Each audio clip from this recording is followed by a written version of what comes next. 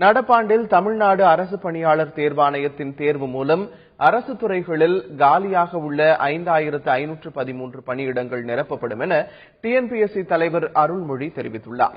2016ஆம் ஆண்டுக்கான டிஎன்பிஎஸ்சி தேர்வு அட்டவணையை வெளியிட்டு செய்தியாளர்களிடம் பேசிய அவர், பிப்ரவரி 28ஆம் தேதி 813 பணியிடங்களுக்கான கிராம நிர்வாக அலுவலர் தேர்வு நடைபெறவுள்ளதாகவும் இதில் பங்கேற்க 10 லட்சம் பேர் விண்ணப்பித்துள்ளதாகவும் கூறினார்.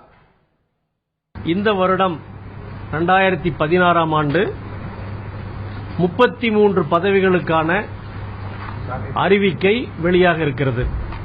இன்று 33 பதவிகளுக்காக தமிழ்நாடு அரசு பணியாளர் தேர்வாணையம் தேர்வுகள் நடத்த உள்ளது.